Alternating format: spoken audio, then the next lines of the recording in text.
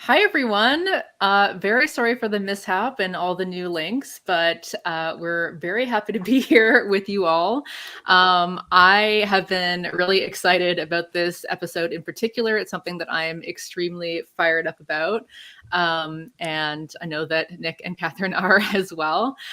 So I just wanted to note that this is going to be part one of a three-part series. So today we're going to be looking at the male gaze, and then in the following episode, we'll be looking at the pedophilic gaze, which is definitely part of the male gaze. And we thought like we could combine these things, but it would probably just be hours and hours long. So we're going to actually do a separate one, just focusing specifically on like the pedophilic gaze. And then we're going to do one on what an alternative, queer, non-male gaze would look like, with examples. And yeah, I think that's going to be really, really great. Because there's a lot of confusion out there, I think, around like, oh, well, is the female gaze just the opposite? And we're here to say no.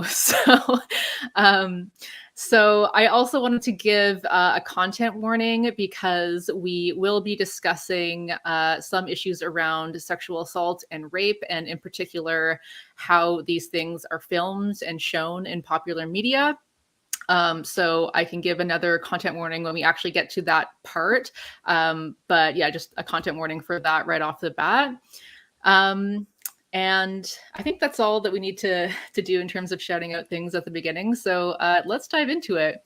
So I wanted to actually start this episode with a little thought experiment. If you all could just, humor me and join me in this this virtual world. So let's all just pretend that every time you saw a piece of media, a film, TV, or whatever, every time you saw a man in that piece of media, they were doing like a slow, sexy stroll, and the camera's panning up really slowly from their feet, like all the way up to their head. They're shaking their hair when it gets there, like maybe they're taking off one piece of clothing really slowly or whatever. Like this is how you're introduced to male characters. Every time that you see that something is rated R for nudity, or if someone describes a film as being really racy or edgy or sexy, you know immediately that that means that there's going to be full frontal male nudity, and that the camera's going to be just like hugging them, slow, sensual shots, like really accentuating their, body parts, especially their dick.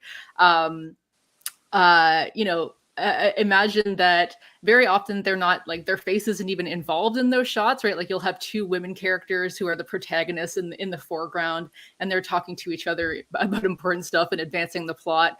And then you just have like male people who aren't actually characters, just like men in the background, like stripping. You don't even see their faces. They're not characters. They're set pieces, basically. And then like every once in a while, the conversation will stop, and you'll see like the camera will just pan over and then just focus like on the guy's dick or something.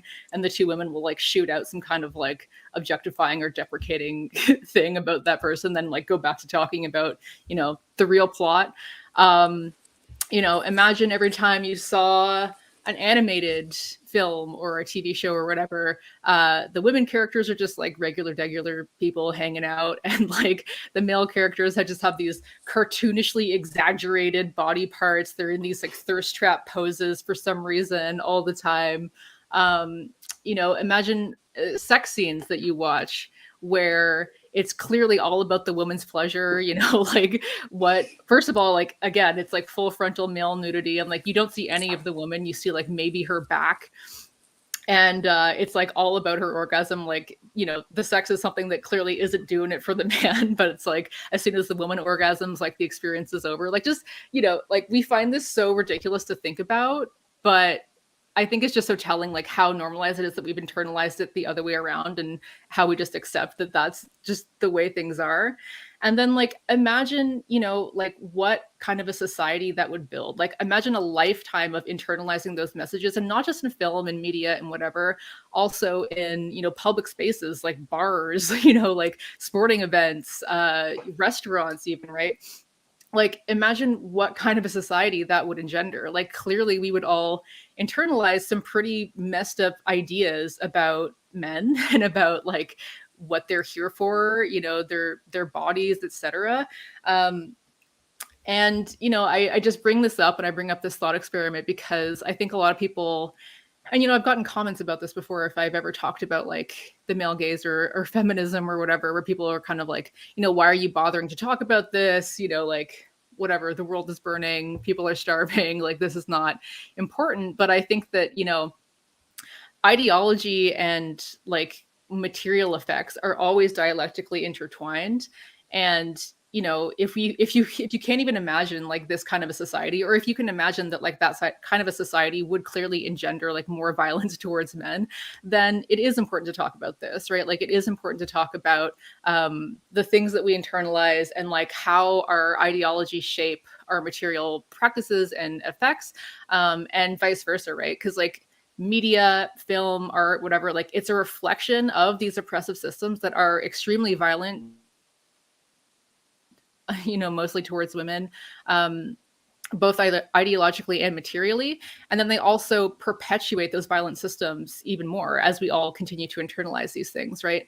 So that's just my lead off into I want to talk about this. Also, like it's just been a lifetime of like internalizing this shit and being super mad about it and not really having the language to talk about it, and finally I do. So here we are. So anyway, I don't know if either of you wanted to say anything before we get into the definition of what the male gaze is, but yeah, I think we're going to talk today about like what the male gaze is, why it exists, really how it operates, and the impacts, right? Like societal impacts, but then also like personal impacts, and how it's all touched our lives in particular. So yeah, anything you guys want to jump in with before we get into the definition of it?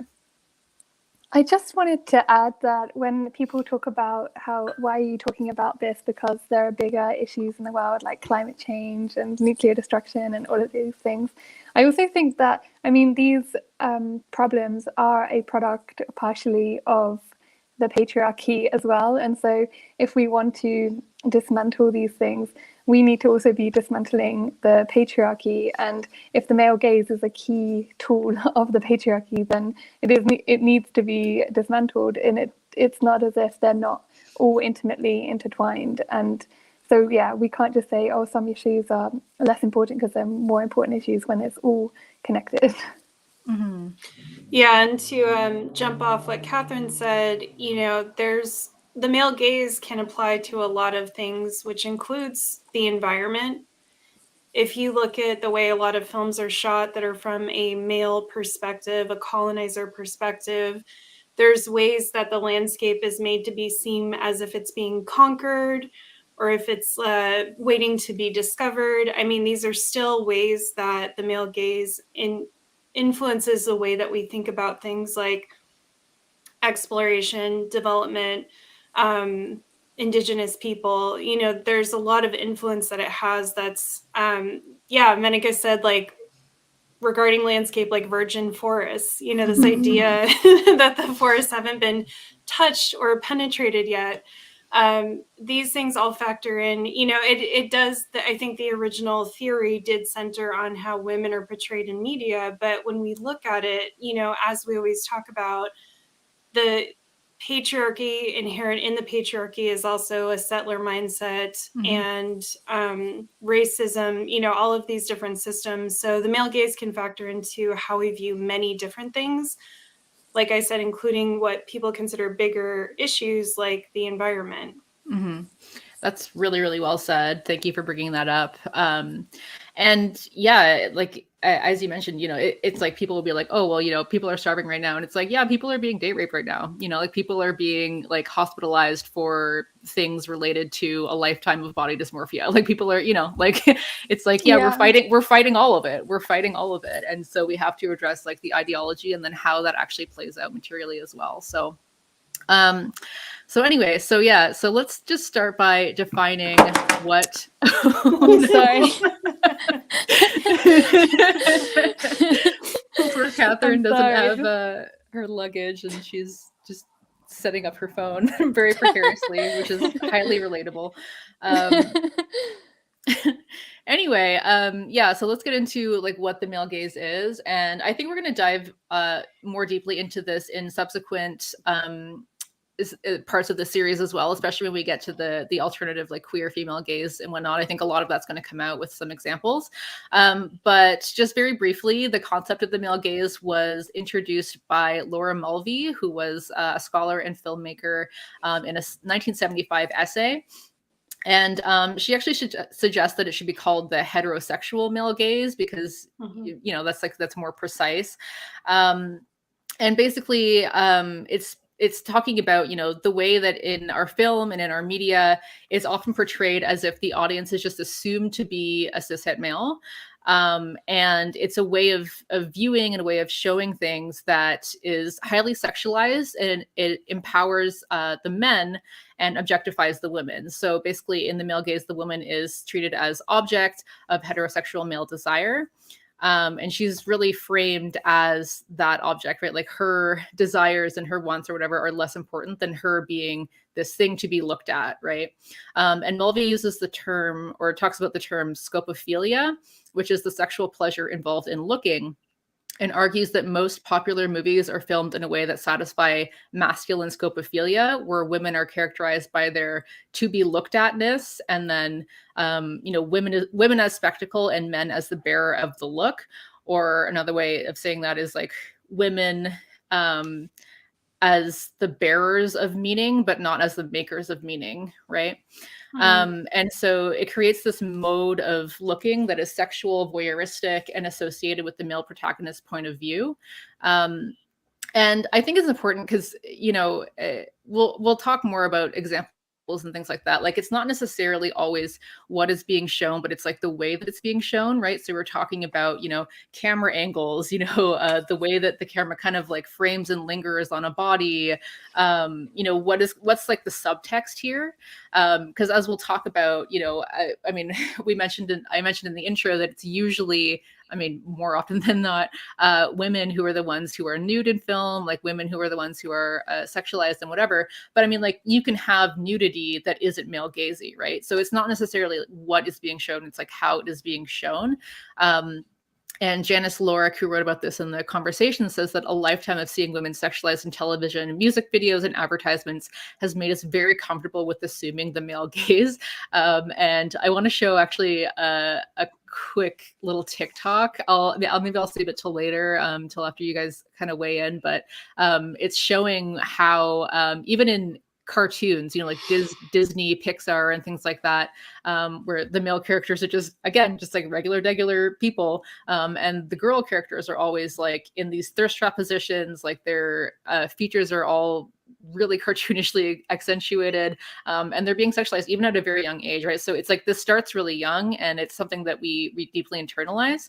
And I want to make clear as well that it's not just like a natural thing. It's not just like, oh, this is just what men find attractive, right? It's actually a social construct, and it changes over time. And it's not the same, you know, when we're talking about different time periods in history, and it's not the same when we're talking about like different cultures, right? Like the way that women's bodies or different body parts are sexualized or not sexualized is this ever kind of changing social construct. And the way that it exists now, and that it has like in the West for the past many decades, is that it is often incredibly racist and colorist. Ableist, fat phobic, and just creates these kind of clearly objectified ideals that are not simply, you know, natural, but are part of these broader systems of control and oppression, and ultimately violence, I would argue. And it's, you know, for the most part, when we're talking about these films, it's like men historically have been the ones who are making these decisions about how women are framed and women are seen, and then we just kind of internalize that, right? So yeah, I think I might stop there, and if you guys have anything to jump in with before we get to like the alternative gazes. I just wanted to Eastern Screech Owl in the comments made a comment, and it was something I wanted to remark on before we move on, is that even when cis guys are shown naked, even when we do see penises on film, usually it's from a distance, and it's quick, and it's often a joke. And a lot of times, as they said, it is to show that the man is in a state of vulnerability. which shows you that there is vulnerability in being naked and in being gazed upon. Not that nakedness has to be inherently sexualized or inherently objectifying, but that the way that we do this in films does make you feel inherently vulnerable. You know, when you think about how many actresses we know what their tits look like, right? And a lot of people like to weigh in on that. Whereas like, how many actors do we know what their dicks look like? It does make someone vulnerable and it does impact them. And I think we're going to get into this as we discuss alternative viewpoints, but you know, the male gaze can also negatively impact men as well. And I think when we have these conversations, a lot of men like to push back and talk about, you know, how eating disorders have increased in men and boys, and how a lot of these films set unrealistic expectations for what a man's body is supposed to look like, and even what a penis is supposed to look like. Because a lot of times when we see penis in films too, if it's not a joke, often it's a prosthetic, so it's not even real, right? Like they're too afraid to show someone's real penis, so they get this big prosthetic that, you know, fits more of our concept of what a penis is supposed to look like. And I don't argue that that hurts men, but this is something perpetuated by men. So that's where the arguments fall apart for me, is that often people try to frame it as if women are the ones driving this, you know, these pressures on men. And it's like, no, it's men creating the standards for masculinity and perpetuating those in media. And sure, there may be women who buy into that, and I would say gay men as well, right? Like there can be kind of toxic beauty standards that we all internalize and seek out. You know, like a lot of men complain about women who won't date short men.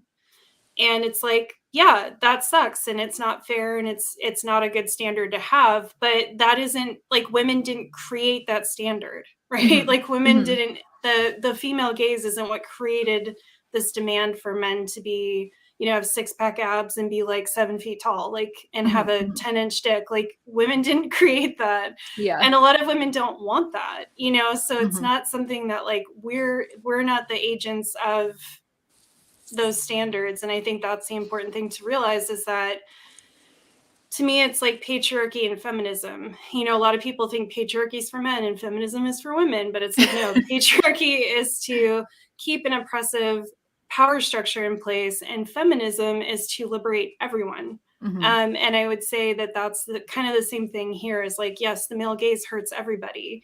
And so we all should try to dismantle it. Yeah. Absolutely.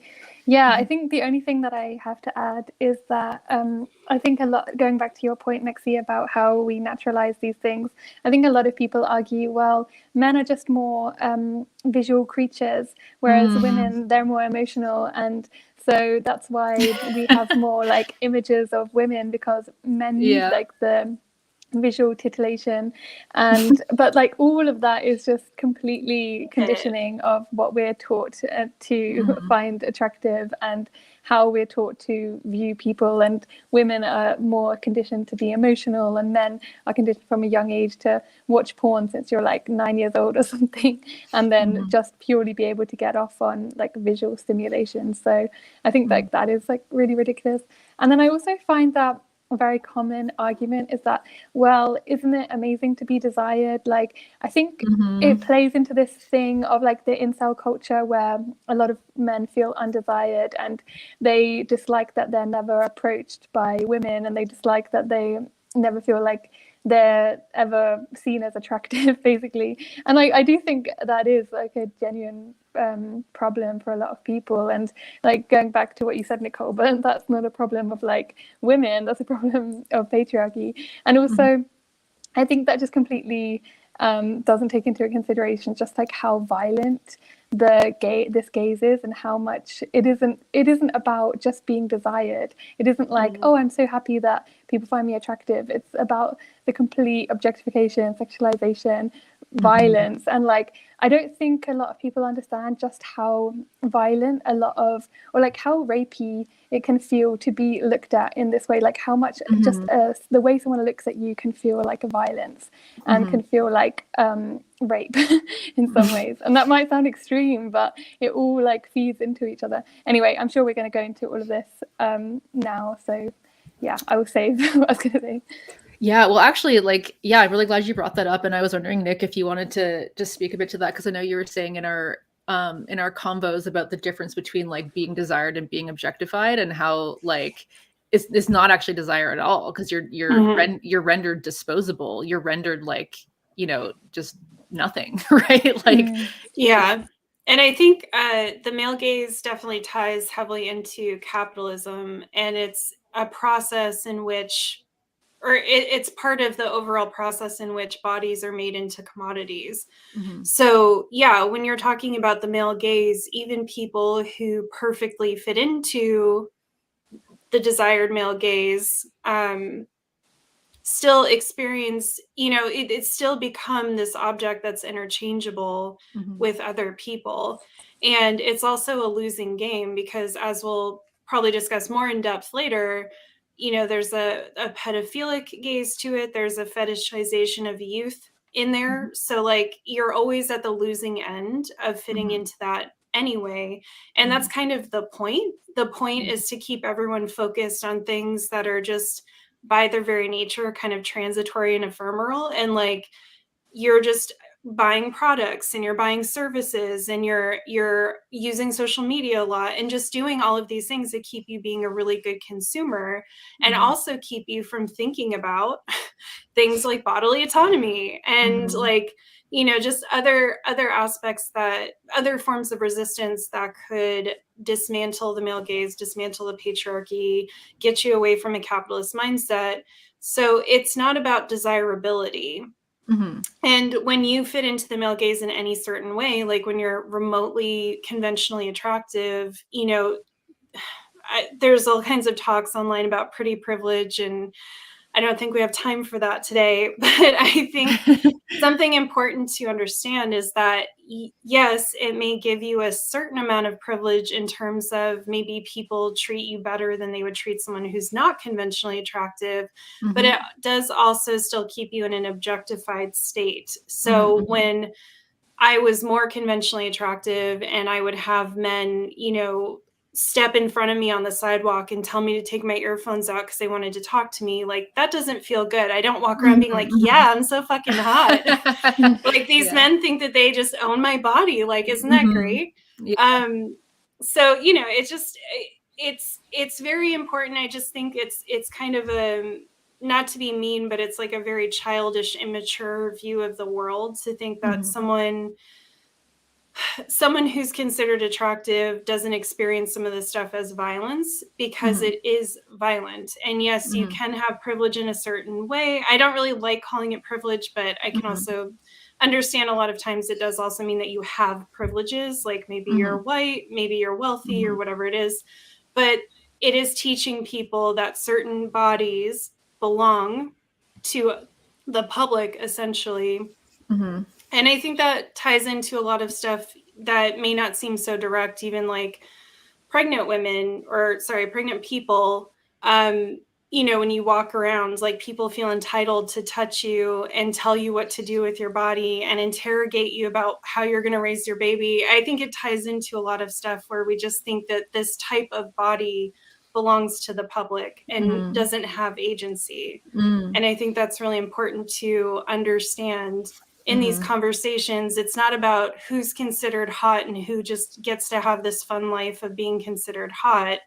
It's about making all of us feel miserable and making, you know, half of the population feel like they belong to the other half of the population. And Erica brought up, and, you know, it's something I'll probably get more into, maybe we'll see if it comes up today more, but you know, the male gaze is very transphobic and it's very queerphobic. It's very much about keeping people in rigid roles that have been determined to be the most comparable to the kind of societies that we live in.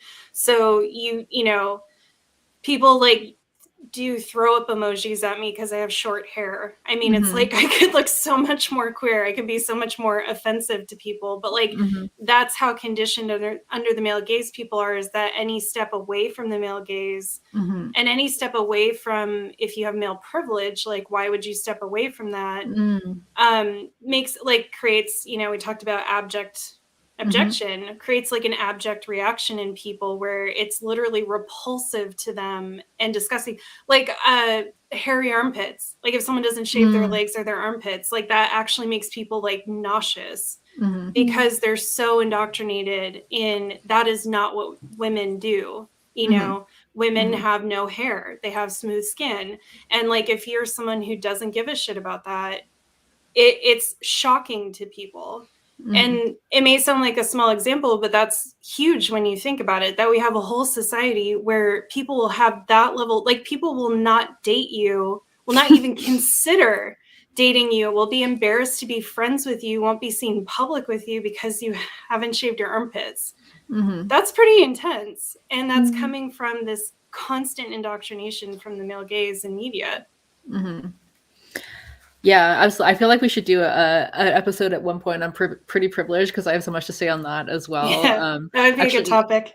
Yeah, I actually saw people posting about M. Rada's book and how like she was actually like really lucid about how like, you know, she was never really like empowered being like the sexy girl, like whatever hired, that she described herself as like a hired mannequin, and that like, anyway, I think we could do a whole episode on that. But yeah, that was really well said. And yeah, I mean, it like objectification is not the same as being desired. Like if anything, it's like you're reduced to body parts, and like it's like also people like almost have a disdain for you, right? It's just like, yeah, you're just tits, you're just ass. It's like the opposite of being like truly like valued or desired, you know? So I'm wondering if I can share my screen right now, because I just want to share this two things. So the first is this image of the Avengers characters and like what it would look like if all the men were posing like the woman character and like the woman was posing like the man, and it's so ridiculous. So like their backs are like you know, twisted beyond measure, right? Oh my god, the Hulk spec lips are the Hulk, yeah, like but like just the fact that we find this so funny, it's like it actually should really alarm us as to like the extent to which we've internalized like just absolute fucking bullshit. And the second thing that I wanted to share is this TikTok of what I was talking about earlier. Hopefully it'll play. Do you notice anything weird about these pictures? They're all from children's movies, and I'm sure anyone would agree that children should not be sexualized. So why is it that the female characters that they watch in movies and TV shows are constantly over-sexualized? Like, why is a squirrel in a thirst trap pose? And I know some who are thinking, why do you care? This doesn't matter. Let me present you with this. Viewing sexualized media causes women and girls to internalize these beauty standards and gender roles, leading females to self-objectify or view the self as a sexual object. Why would we want this for our kids? Why would we want this for anyone? Something that you think is silly or inconsequential actually does have cascading negative effects. Yes. Yeah. That's so true. Yeah, because I was just thinking about it, and I'm like, I grew up on all of these shows, you know, like Space Jam, or yeah, just like all of these cartoons, like Jessica Rabbit, you know, like just all the women were always like so sexualized. Even that little Pixar short, you know, I remember watching that, and like the fact that I didn't even really see any, like I didn't think anything of it, or like Bambi or whatever, you know, like just these things where like the girl characters are all like, woo, like whatever, and like they're the object of like the male gaze, like in this children's cartoon, you know, and like they're so, you know, it's just like it's fucking everywhere. It's fucking everywhere. And it's absolutely ridiculous. Like, of course, you know, like, of course we don't want, yeah, Latasha's like, yeah, Space Jam. Like, why? Yeah, exactly. Why was she drawn like that? So anyway, I just think it just shows like how early, you know, we're exposed to this kind of stuff, and how ridiculous it can get. And I mean, like, that's pretty tame compared to like most of what we're shown, right? And we'll have some more examples later. But I wanted to just quickly, like, we're going to do a whole episode on this, on like the alternative queer gaze, or like the female gaze. But I just wanted to give like maybe some cold notes right now so that people kind of can understand.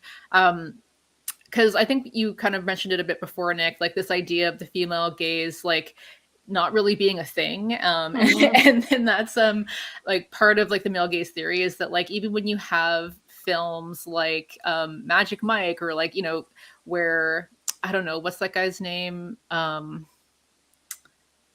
I'm completely blanking. The guy from like Baywatch. Zac Efron. Zac Efron, yeah, like, you know, there's just like these buff dudes and like whatever. That like most often men are still the ones who are directing and making the decisions around how these men are framed and shown. But like, you know, it's never quite in the same way. Like, you know, like male gaze, as you said, harms men too. But even when men are sexualized in media, it's like, again, not quite the same. And we can see that with like the Avengers thing that I just showed. And, you know, in a lot of these things as well, like the women, the audience of women is not really invited to like be into the man just because of his body, you know, like that's not really like what the subtext is inviting us to do. Like rather, we're supposed to identify with women who are heroines, who are themselves desired by a man, right? So like we're supposed to identify with the fact that like she is desired by this hot man, right? So it's still like the gaze is still going the same way, if that makes any sense. Yeah. And in a lot of those films, often the men who are being objectified by the film are also objectifying women within the film. Right. Yeah. So again, like you're saying, it's like their bodies are more of a representation of peak masculinity. Right. And then within the context of the film, they're being shown given the rewards of having that. Right. Having acquired that by usually objectifying women and having a lot of sexual attention, and women within the film usually have no agency or character development. So if you look at what's happening, it's like, sure, they're being objectified, and that is harmful and that is real, but it is still happening in a context where they are seen as the agents of the movie and the purveyors of, you know, the spoils of achieving this, you know, masculine ideal. Yeah, and then when women reach peak femininity in movies where they're like the most desired person ever, they're normally having to take on the character of hypermasculinity through like girl boss or this evil villain kind of character. So they're just having to like Yeah. Yeah, Cold and Gray said female gaze is often thought as equality in objectification, but like yeah, it wouldn't be like just a reversal of the roles, right? It's kind of like feminism isn't just like women's supremacy. It's about abolishing the system that creates the hierarchy in the first place. It's like the same thing with like the male gaze and the female gaze. And Janice Lorick argues that there's no direct female equivalent of the male gaze because the male gaze creates a power imbalance and supports a patriarchal status quo, perpetuating women's real life sexual objectification, and I would argue violence. And so to me, it's like she says the female gaze cannot be like the male gaze, and to me I'm like, it's kind of like almost like reverse racism, that like there's no power behind it, you know, like it can't be the same thing because there's not a literal whole society of like oppression and violence that's towards men, you know. I mean, and obviously that's not to say that like men don't experience violence and that there isn't like, you know, like obviously patriarchy harms men a great deal as well, and like, you know, we've talked about that many times before, but yeah, it's like it wouldn't be the same thing, and yeah, it wouldn't just be like objectification reversed, right? So and that's what I wanted to bring up, is that that's why the more male gazy something gets, the more homoerotic it becomes. Like if you think of the most like objectified male bodies I can think of are like in Zack Snyder films. And that shit is so fucking homoerotic. It's ridiculous. Like, and if you think about if you were reversing the male gaze to get the female gaze, the film you would end up with would read as gay. Like it would read as like for gay men, You know, Mm-hmm. it wouldn't read as this is for women Mm-hmm. because it just, I don't know, I feel like it's self-evident, but like Mm-hmm. every time you have this extreme objectification of male bodies, it is when it just starts to feel like a joke, and it just feels extremely homoerotic, and it's because it's still coming from the male gaze. Mm-hmm. So you have like a man's idea of what this objectification should look like.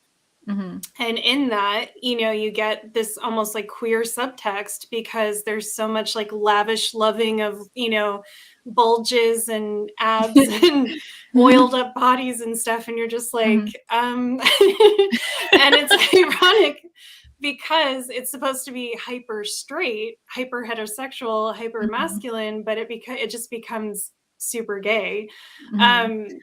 And that's why you don't see a Zack Snyder, like that's why a Zack Snyder film is not directed by a woman. It's not the female gaze, even though I think that's what people think of when they think of the female gaze as a movie like that. But it's like those movies are being made by men. Right. Whereas if you think of movies directed by women, you can see, or even I have very mixed feelings about Euphoria, which we don't have time for. But I will say, in watching the most recent season, they are showing a ton of dick, and I'm here for it. And I will say, like, when they film people, I feel like they do a pretty good job. I mean, the girls are very sexualized, but I feel like kind of the way that scenes are filmed, I do feel like it's pulled back. It gives everyone agency. I don't feel like the female bodies are necessarily zoomed in on more than the male bodies. And when they are, it's typically to show like what is being done to them in a sensual way. Like it's to show, you know, caressing and intimacy and things like that. So I'm not saying it's a perfect example, but it's a pretty good like mainstream example of something that is not quite as male gazy as it could be. Or even as it maybe used to be. I can't really remember previous seasons, but you know, like when you see dicks, again, they're like a longer shot away, and it's not always as a joke. This last episode opened up with a queer kind of love story between two high school boys, and in that, like one of them was naked and the other one was kind of like kept sneaking looks, but it was done in this way. It was actually like from a queer gaze. It was done to show the subtext, because they don't come right out and say we're in love with each other. So it's to show the subtext of, you know, there's some really sexual feelings here with these two boys who are best friends, and like during a time when it's maybe not safe or normalized to have that kind of passion for one another. So I feel like it's a good example of how you can still show sex. I mean, that show is like fucking all over the place. Everyone's naked, everyone's dressed very provocatively, but I think they're doing a pretty good job of not having it be super male gazy. You have all of the characters have agency, they all have their own stories going on, and the camera treats them pretty much equally. And I think it's you know, how things can be done. It doesn't mean that we need to watch like everyone with collars up to here, you know, no one showing their ankles or their wrists, and, you know, just speaking politely to one another. Like we can still have stuff that's very like provocative and sexy and whatever, but it's just about how the camera is treating the objects that it's looking at, or the subjects, I should say. Yeah, that's incredibly well said. And I think, you know, we talked in our abject feminism thing as well about like the series Girls, which like, again, we have like, there's a lot of problems with, and like there are a number of, I guess, male gaze, like the sex scenes in that are like kind of weirdly like not male gazy, but kind of. But anyway, you know, there's a lot of shows like that you can think about where like, yeah, there is a lot of nudity, but like it's not at all male gazy, right? Like it's not at all male gazy. And I'm actually surprised that they like showed dicks and like had it like that, because I do want to talk more about you know, why we don't see more dicks and stuff like that later. And also in like, I've noticed in other like films that are about like homosexual male love, we usually see like full frontal women being naked and like no dicks and no, like not even ass or whatever. Like I was thinking about like Call Me By Your Name, which is like a beautiful, passionate love story between these two men. And like, I don't remember seeing any dicks or even like any like ass really, but there's like full frontal female nudity in that. And like, Brokeback Mountain, same thing. It's like Anne Hathaway gets her tits out in the car, and like I don't even think you see like, maybe you see like Jake Gyllenhaal's ass. I don't even think so. You know, it's like you don't see anything like from the men.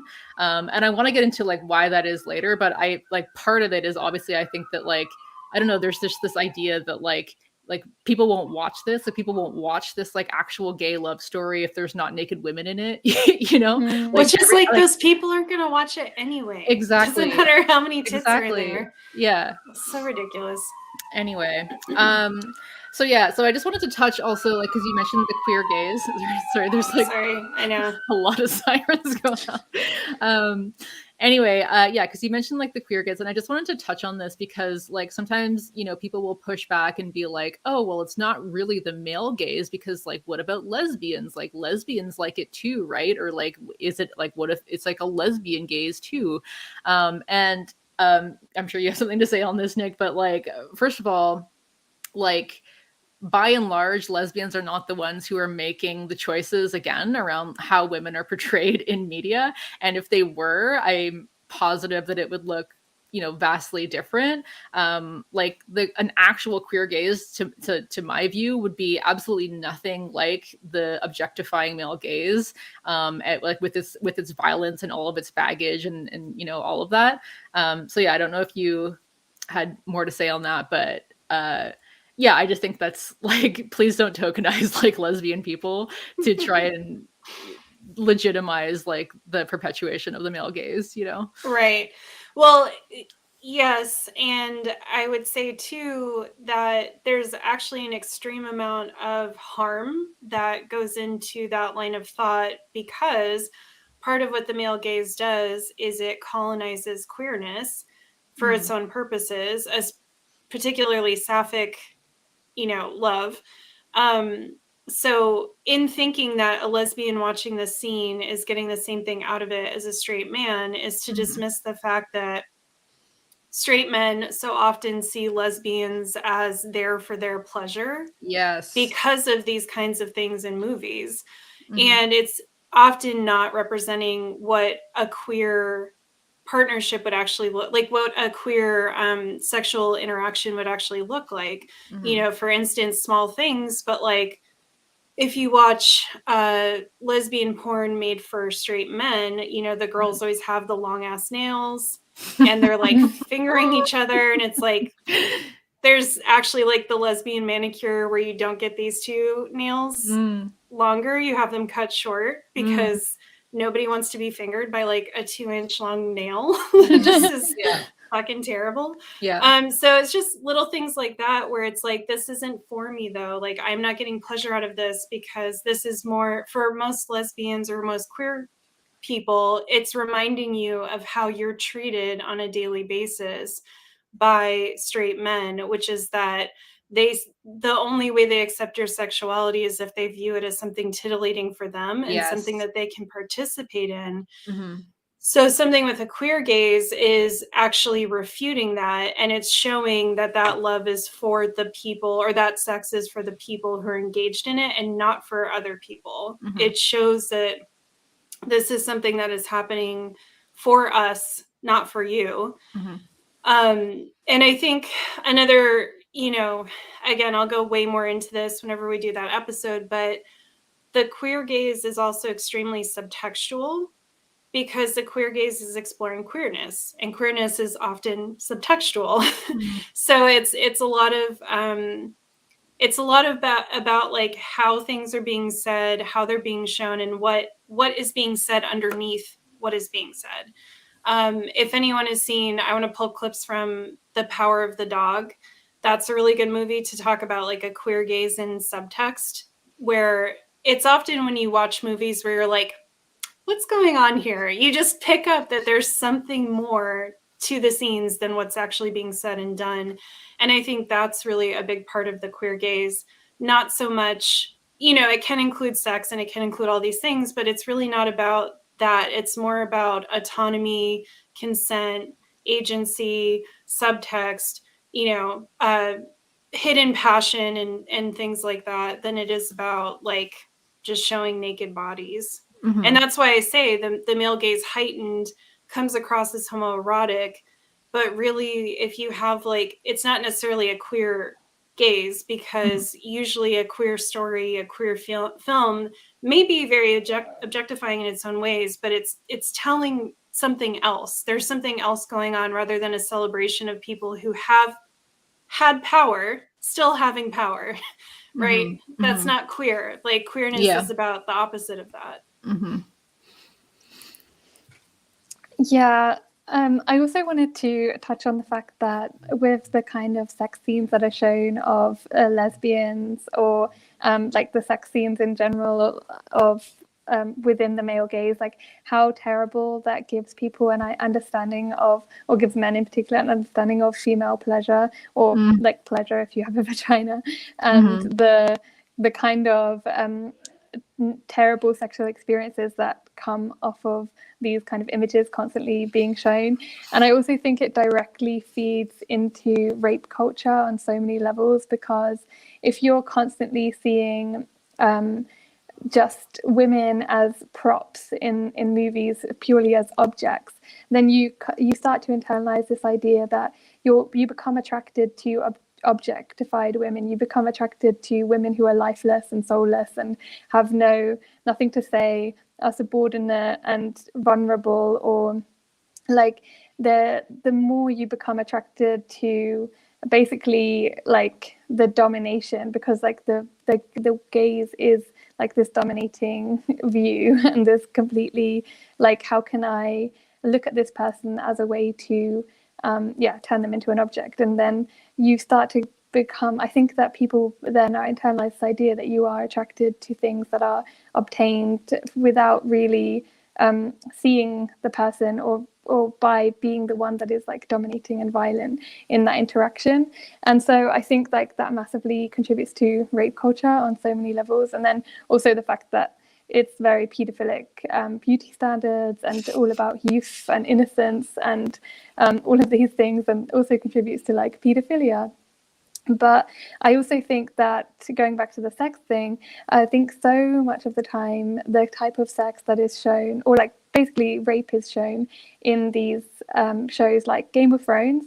I read that there were 50 rape scenes shown throughout the whole thing.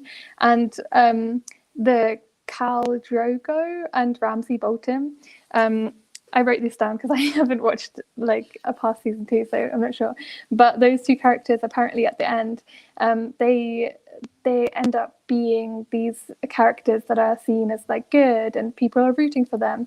So rather than the fact that they're like rapists, causing us to view them as villains, we see them as these like bad boys, or these like kind of become attracted to it. And I remember the first time I watched the season, I think it's season 2 with Khal Drogo in it, I was really attracted to him, and I was really attracted to the sex that I was seeing, or like I should say rape that I was seeing.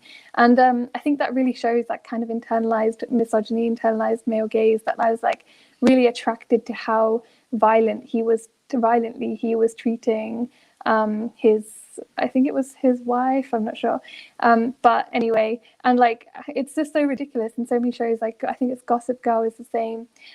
We are not really taught to see the rape as a rape. We're taught to sexualize the rape and to romanticize it, and like how much that feeds into how we view sex and normalizing rape, and also when we are being raped, not really acknowledging, oh, this is violence, instead thinking, oh, this is just normal, or I should just accept this, or this is like hot, or like any of these things. And then, I don't know, I think that the impact that has on rape culture and sexual violence and all of these things cannot be overstated. And I think it's like not really talked about enough. Yeah, I agree. I was dating someone at the time that Game of Thrones came out, and Rome was out, and Sons of Anarchy, and I can't remember if there are any other shows, but those shows were all like rape constantly all the time, like every episode. And you know, I would watch it with my ex, and there was a scene of male rape in one of the episodes, and he like lost his fucking mind. And I was like, how are you not, like, you don't react to this when all the women are being raped? And he's like, yeah, well, that's normal. And it just was one of What the those fuck? moments where I was like, oh, yeah, you know, Yeah. like that's a fucked up thing to say, but like he wasn't wrong. He was, you know, wrong for thinking that it was okay to think that, but he wasn't wrong in the sense that like it is normal. It is normal to see that. And for him, he's always been able to identify with the male characters because that's how they're filmed and written. And so for him to see violence against one of them made him think about violence against himself. But when he sees violence against women, because they're not written in that way or shown in that way, it's just this thing that's happening that's normal, and you know that's what happens to people.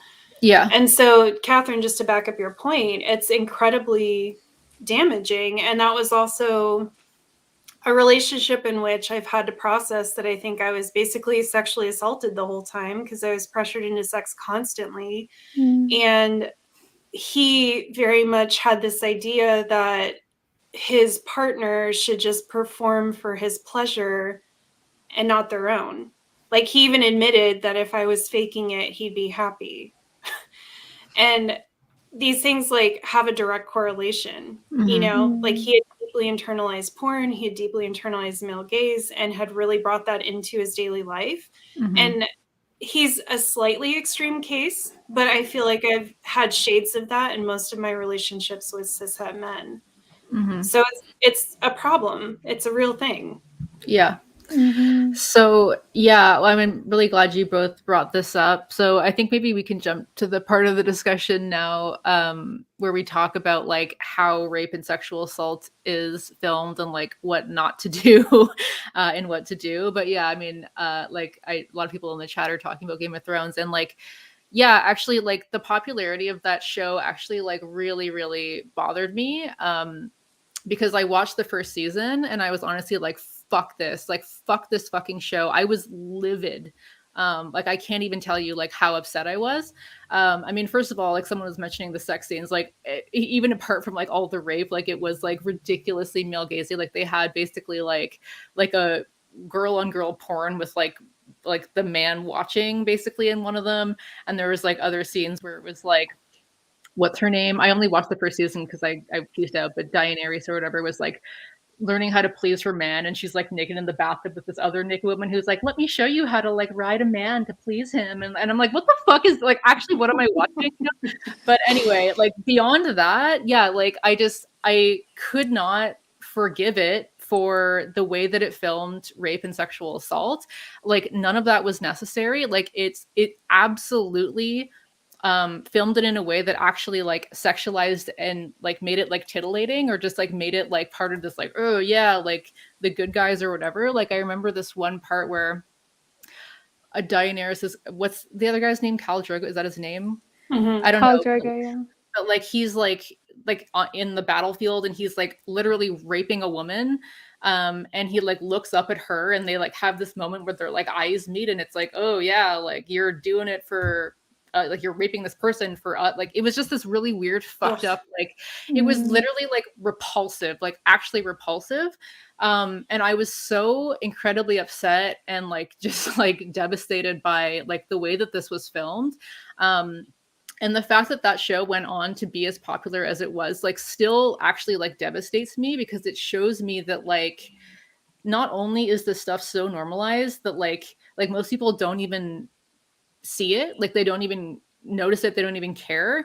But like if they do register, like, yeah, this is a bit fucked up, it doesn't actually take away from their enjoyment of the media. Like they can still like the show and recommend it to other people.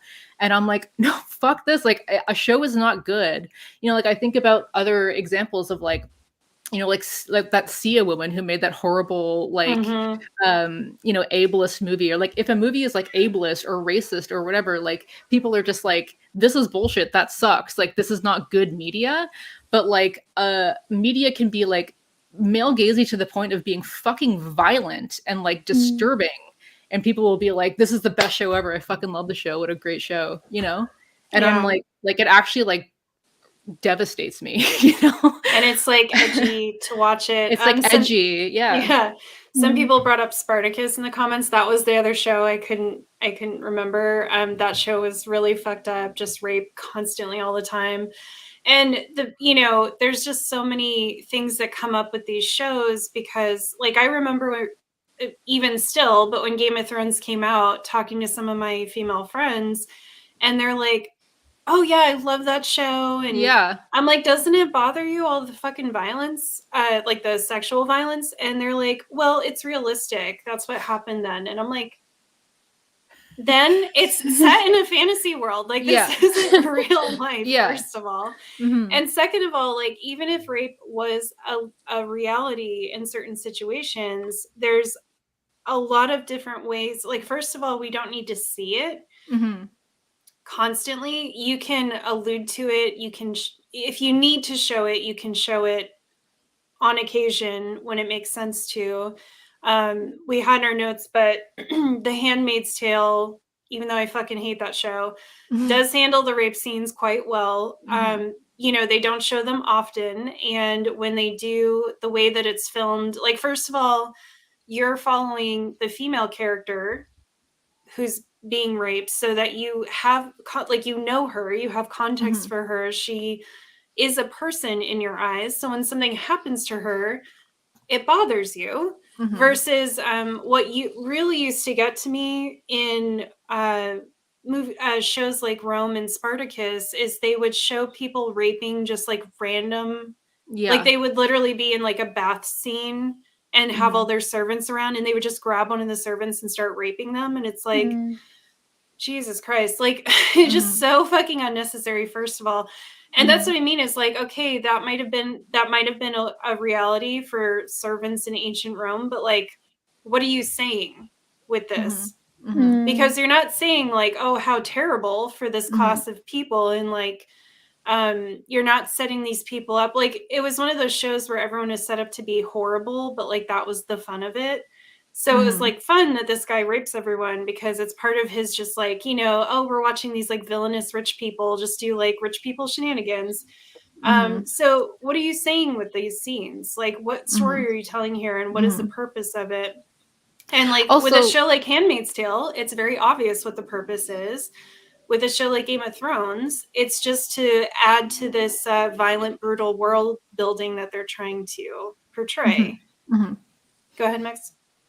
I was just saying, like, also, like, yeah, if you need you said, if you need to show that, like, you could show it in a way where it's not sexualized, like, don't actually like make it like a titillating thing, like make it like this is a clearly horrifying thing that's happening, and like we're appalled, and like, I don't know, like you don't need to sexualize the person who's being raped, right? You don't have to like have it be part of this like broader glorified kind of like edgy feel of like the media, like it's disgusting. Right. Yeah, like it should have a purpose in the narrative. It should be filmed in a way where it's not sexualized, it's not titillating. So many rape scenes are filmed in a way where the woman's body is still sexualized. A lot of times male rape is filmed, when it's shown, which is very rare, it is shown to indicate that this man has lost all power and control. So it's still, I mean, that is true, that like rape is often about power and control, but do you know what I mean? It's filmed in a way to emasculate the character, not to build like sympathy for the character. It's to show like, oh, this guy, is just completely emasculated now. He's destroyed because he just lost all of his power in the scene or the situation. And the way that the other person, the perpetrator, is filmed is very important as well. And again, I think Handmaid's Tale handles that probably about as well as what I've seen. And I've watched a lot of stuff too where rape is even the main storyline, but it's not shown. Yeah, exactly. Proving it doesn't need to be shown. Exactly. We can understand. You can allude to that a rape happened, or you can tell us that it happened. We do not need to see it in order to understand the character's experience or motivations. And that's the biggest thing that bothers me. I hear that all the time with like Game of Thrones, is like, oh, this character's rape had to be shown because it was part of the story. And it's like, but why did seeing it, like, why did you need to see it? You didn't need to see it. You can understand that it happened. You can allude. I mean, we all understand when a guy walks into a room and a girl is scared and the door's closed. We know what happens. We don't need to see it. And like that can Yeah. be even more scary, right? Like just that Mhm. like the fear, like, you know. So sorry, Kathrin. I also think that so much of the time the only kind of rape that we're seeing is by very conventionally attractive white women, often middle class, thin, all of these things, cis, and that like just contributes to this idea that the only people that are victims of this stuff are like beautiful white cis women, and then that directly feeds into people of other marginalized groups not being taken seriously when they experience rape, because it's like, oh, people like you don't get raped, like you're fat, no one wants to rape you, like these kind of disgusting ideas. And that also then leads people to internalize the idea like, oh, I haven't actually been assaulted because I mean I don't fit into this category of the type of victim that is usually like seen as like a valid victim. And yeah, I also think a really good example is the 365 Days movie, which was the most viewed movie in the US on Netflix when it came out. And it basically is all about this woman being abducted, and then she falls in love, or they fall in love with each other. And yeah, like he's a rapist. There's like massive Stockholm syndrome in there. But yeah, we're very much taught to romanticize it. And I think that it just is like really indicative of the internalized male gaze as well, and how much, like with everyone, all your friends talking about how they liked Game of Thrones and like this is just normal and like this is how it would happen. I think it's like our desire to be the cool girl and to be the one that's like, oh, I'm so down for this kind of sex, or I would be so okay with like someone like doing this to me, and just completely internalizing the desire for that kind of bad boy that is actually an abuser. And so I don't know, and I think the same with 365 Days. Like I think it's just this, we're so taught to romanticize our own suffering and violence against ourselves that then we internalize that like, oh, this is so normal, and then we want to see it as normal. And I think it's also just because it's harder to like confront how damaging it is for ourselves, so it's easier for us to just be like, oh yeah, I'm so down for this, I'm completely like yeah, I don't know, into this. And then we can kind of benefit from like playing into those, well, we think that we're benefiting from it, but yeah, we're actually not. Yeah, like it really does disturb me, like how you brought up that like so many times the show then goes on to like humanize these characters who are like rapists or whatever. Like that to me is actually like so completely disturbing. And I haven't watched this, but you were talking about like The Witcher and how like he's actually a John, like he pays for sex with a sex worker or whatever. And I'm like, yeah, like there's actually a ton of stuff that's like John-aganda, you know, it's like copaganda, but John-aganda, you know, where it's like we're supposed to actually like feel good about this man because like, oh, but like he's a nice guy when he like, you know what I mean? It's just like, what the actual fuck, you know? Like I found that so disturbing.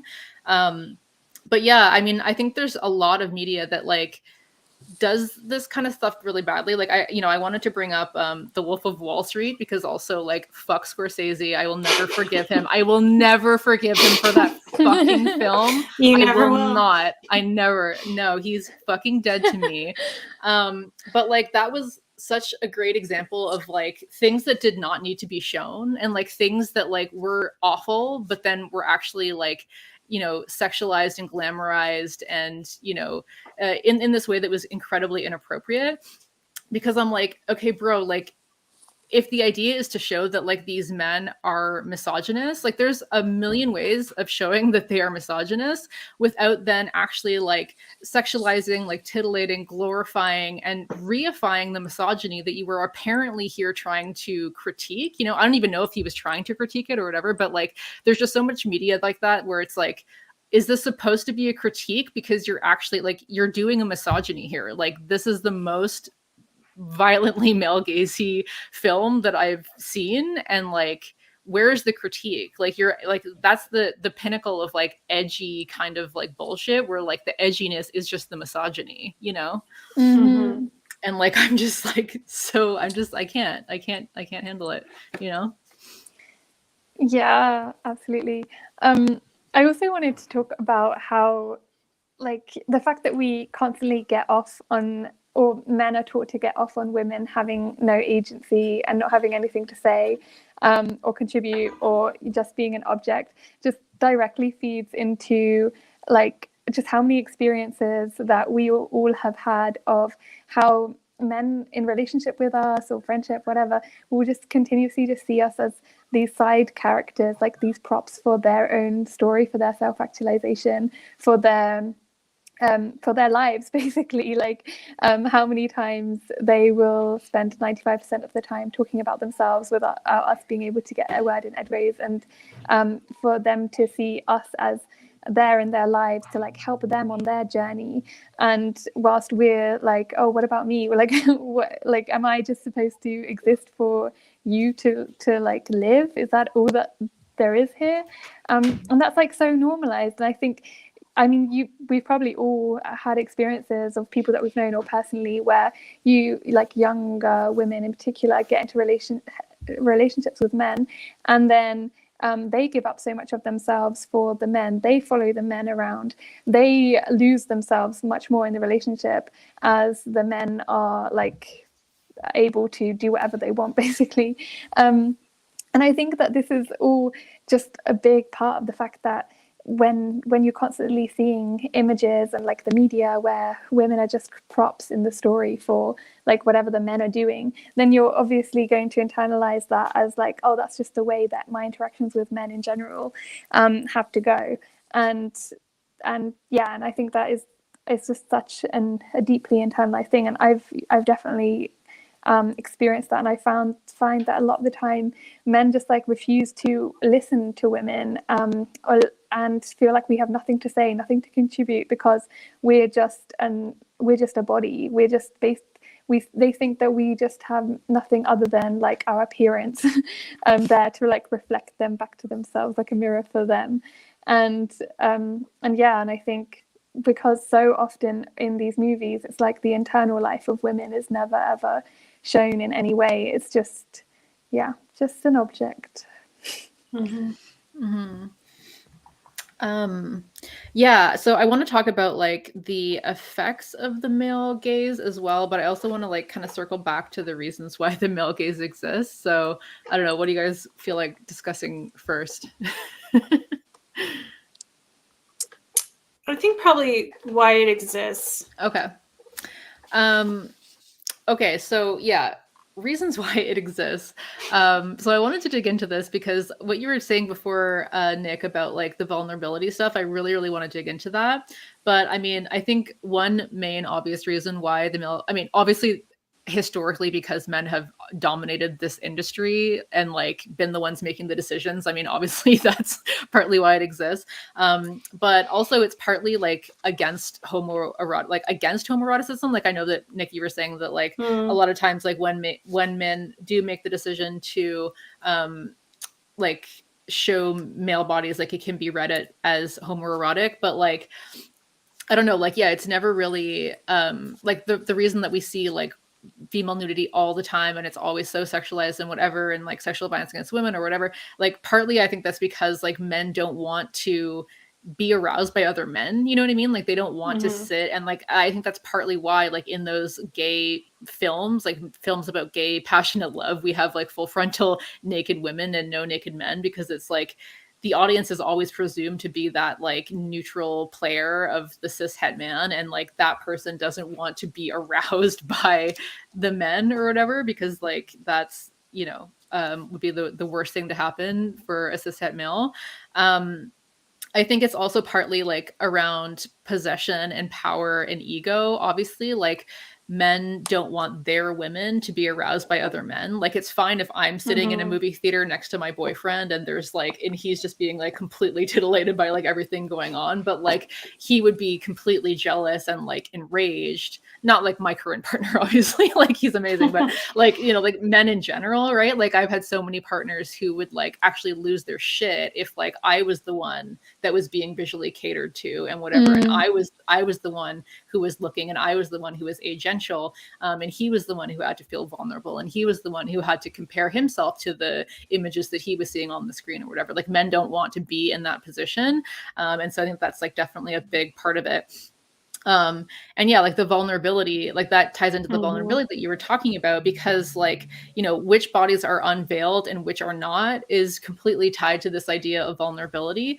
Because I know like people can argue like, oh, well, you know, it makes sense that we see women's tits but not dicks, because like if you see women's tits, like the equivalent is seeing a man's chest. But I would argue it's not. Like, I think that obviously men's chests can be sexualized, and it can be, you know, you can visually represent that in a really eroticized way.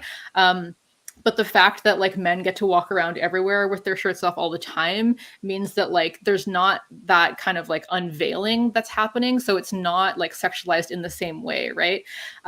Because like when you think about even like in olden days when you know, like people were like, oh, don't show your ankle or whatever, like it's the unveiling, like the thing that's sexualized and eroticized is the unveiling of that thing, right?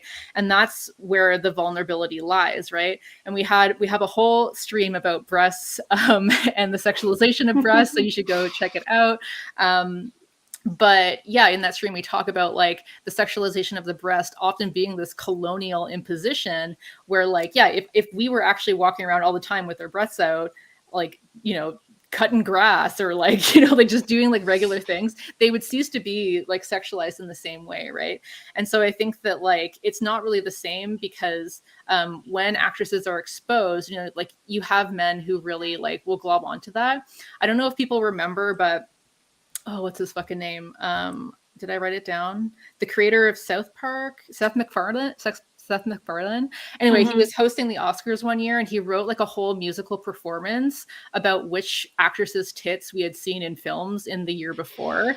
And it was so objectifying and disgusting and like degrading or whatever. But like, there's also like Reddit threads and different forums where they tell you every movie and what timestamp the top listings are. Oh my god. Like, yeah, like, it's just like it's so disgusting, right? Like, it's because like these men really feel like they're like getting like winning something over on these women, because there is that like vulnerability and there is that like unveiling, and they are made to be like an object in that way. And we would never have that like the other way around, right? Like the male gaze would never allow us to have that as the other way around. Because like it's not just the actresses then, because like as an audience member, you are then invited to you know, resonate with the people that you see on screen. And obviously you're going to resonate with the people who are like closest to you. So like as an audience member, like you as a man don't have to feel vulnerable if there's not like dicks on screen or whatever. And I just think that's like such a huge part of it. Like I actually had an ex-partner who like said something about like that he, you know, he thought Anne Hathaway was pretty, and I guess in Brokeback Mountain like she shows her tits or whatever, and he said that he actually like felt closer to her because he had like seen her tits. And I was like, fucking gross, dude. Okay, like, dude. like actually, what the fuck? Also, why would you tell me that? Like, that's just like I was just so like grossed out, you know? But like that's what it is, right? And like, yeah, like men don't want that, first of all. But like, as you said, like if we ever do see a dick and like, you know, God forbid it's sexualized, it's usually a prosthetic, partly because of like, whatever, you know, that's just how the male gaze frames dicks. But also it's like the actors in that situation, I think, like would never want to show their real dicks. And I'm not sure, like, I don't think men would pressure men to do that. Like male directors make these decisions all the time for women and say like, if you're not showing your tits in this film, like you're out of it, you know? Like how many times have actresses been made to make those decisions? Like either you do this or you get out and you don't get your big break or whatever, you know? But usually that doesn't happen to men, because if men's dick, like if a really popular actor, like if we saw his dick and it was like curved or like small or like not this kind of completely pornified idea of like what a dick would be, then like he would be completely like emasculated in the eyes of the patriarchy, and then like he would not, you know what I mean? So it's like there's a lot that goes into this that's like actually really disgusting and like fucked up, right? Yeah. So, yeah. Yeah, I remember Keira Knightley on some terrible movie she was in. I don't remember which one, but somehow I encountered some interview she had where she was joking and laughing about how the director of that movie and her kept going back and forth, and she's like, I'll give you my ass but not my tits, and he's like, I want your tits, and she's like, no, just my ass. And she was like saying it like it was funny, and I'm like, this is so horrifying to me. Yeah. You know, like I always think about that for actors in general. Like it just sucks that so much expectation now, and I'm not a prude, like I'm fine seeing sex in movies and TV shows, but it just feels like everything has so much like really explicit sex in it now that it's like, how would you be an actor if you just didn't want to do that stuff, or you didn't want to do it like all the time, you know? It seems really exhausting to me. And yeah, for men, like now it's more common that maybe we'll see their butts, but like it's still not quite, you know, they're not as vulnerable, and they're not as like put on display as the way that their female actresses are, which I find just really upsetting and too bad. But yeah, and I think with penises it's really interesting too, because if you're seeing them on film, they probably are flaccid. And so it's just a very interesting scenario there. And I think that's a big, you know, like men, cis men, obviously, that is a very vulnerable state for them to be in. And I think for them, they can understand that and feel that. But like it's like, but it's not really actually less vulnerable for someone with breasts to be exposed as well. Like now you know what my nipples look like, what the shape of my breasts are. Like you know everything about them, and you can critique them. So it's like exactly the same vulnerability, but it's never framed that way. Like you know, and guys' dicks just aren't sexualized in the same way that boobs are. You know, I think maybe in like gay media, that's how I always knew I was a gay man on the inside, because I fucking love dicks. I love to see them. I think they're very sexy.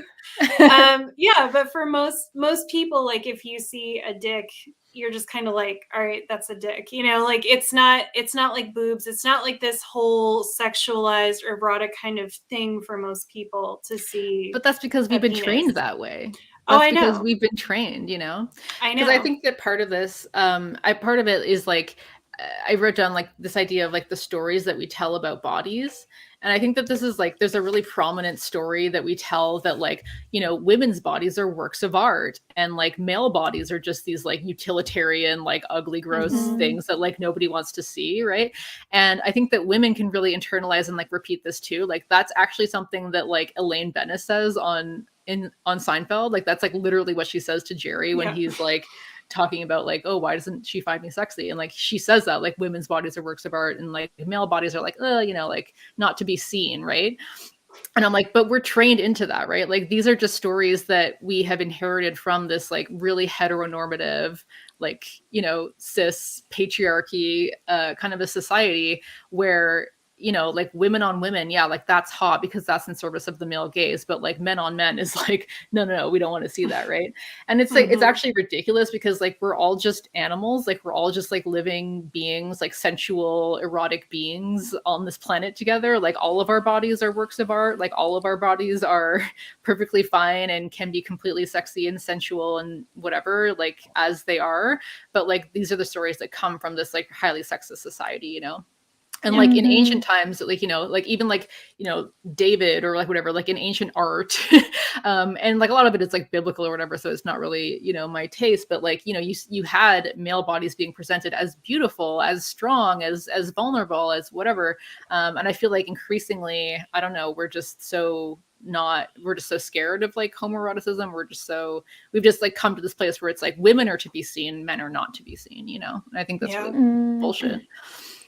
And and I think so much of it comes from as well this complete alienation from our bodies. That was a key part of the institutionalization of capitalism. And like I feel like we bring up Silvia Federici in every single stream that we do. But in Caliban and the Witch, she talked about the fact that this kind of separation of men and women, like pitting them against each other, was a key part of the transition to capitalism and undermining class solidarity. And I think like this is just another tool of that. Like the more that we constantly only see women as these objects in the eyes of men, like how are we ever going to really unite and come together in solidarity? It just leads to this situation where a lot of men feel like they can't even be friends with women, like, oh, men and women aren't really ever friends, because it's just like they can't possibly imagine like a friendship that doesn't involve sexualizing this woman. And I think like it's so internalized and so normalized, but it does completely undermine us, like actually in all of our like movement building in general. And I also think that it's a very key tool of capitalism as well, because it completely extinguishes our imaginations. And I think having a radical imagination is so important for us to like envision a different future and utopia.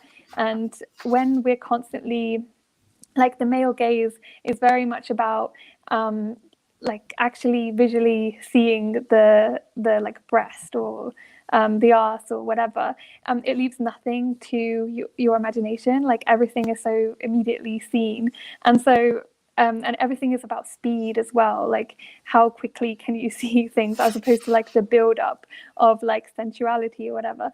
And I think that, yeah, and then obviously with the conditioning of porn from such a young age, I think it all contributes to this extinguishing of any kind of imagination. And like the more that our imagination is extinguished in like one of the most vulnerable realms of our lives, which is our sex life, like how are we really able to imagine other ways? And obviously the extinguishing of imagination is like a wide issue that like is not just related to the male gaze, but I do think it contributes massively to our inability to get around capitalist realism. Sorry, I feel like that maybe was off track from the like, no, point. No, it was just a really profound point, and I'm like, oh, I hadn't considered that.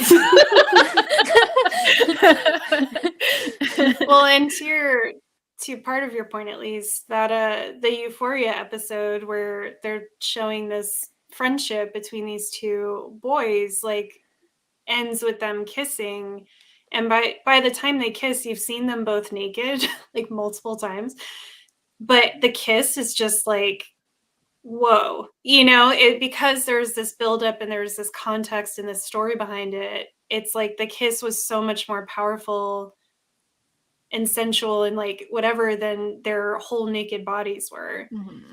And not everything has to be, I don't want to put it in a context like everything has to like be romantic and have that whatever to it, but it's just, I think it's really hard I find it really hard to engage with other people sexually, because so often there's no sense of, like, let's like build something instead of just jumping into it and then figuring out if we even want to be doing what we're doing. There's just such a lack of like chemistry and buildup and communication. I don't know. Yeah. It's just like purely mechanistic, Yeah. And then, the sex we have is just very mechanical and very scripted. And it just, it's like we could have just taken an extra 30 minutes and had such a better time, or we could have like teased this out all night and then had like a really great time. Yeah, absolutely.